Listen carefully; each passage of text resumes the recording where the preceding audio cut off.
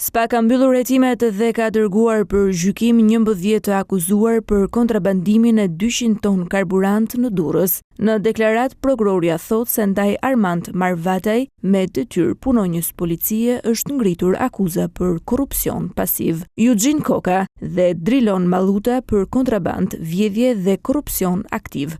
Sa i përket ekuipazhit të kapitenit Mohamed Salit, shtetas sirian, Nedio Mejdani me detyrë oficeri parë i anijes, akuza shkon për kontraband. Me të njëjtën akuzë shkon edhe Hassan Braud, Sami Shanata, Faiz Ismail dhe Wizam Rostom, shtetas sirian, marinar të anijes. Samir Bejami, shtetas egjiptian me detyrë inxhinieri tretë dhe përgjegjës mekanik i anijes, dhe Abdulhajman Shanata, shtetas sirian, marinar i anijes të akuzuar për vjedhje. Nga hetimet sipas SPA, Eugene Koka në bashkëpunim me Mohamed Salit, me detyrë kapiteni i anijes, Nedio Mejdani me detyrë oficeri parë i anijes dhe Hassan Braud, Sami Shanata, Faiz Ismail, Wizam Rostom, marinar të anijes me flamur tunizian. Eja Zenoibia, më 7 janar planifikuan, organizuan dhe kontrabanduan 200 ton naftë. Shtetasit Eugene Koka dhe Drilon Malluta i kanë ofruar shumën 10.000 euro efektivit Armand Marvataj,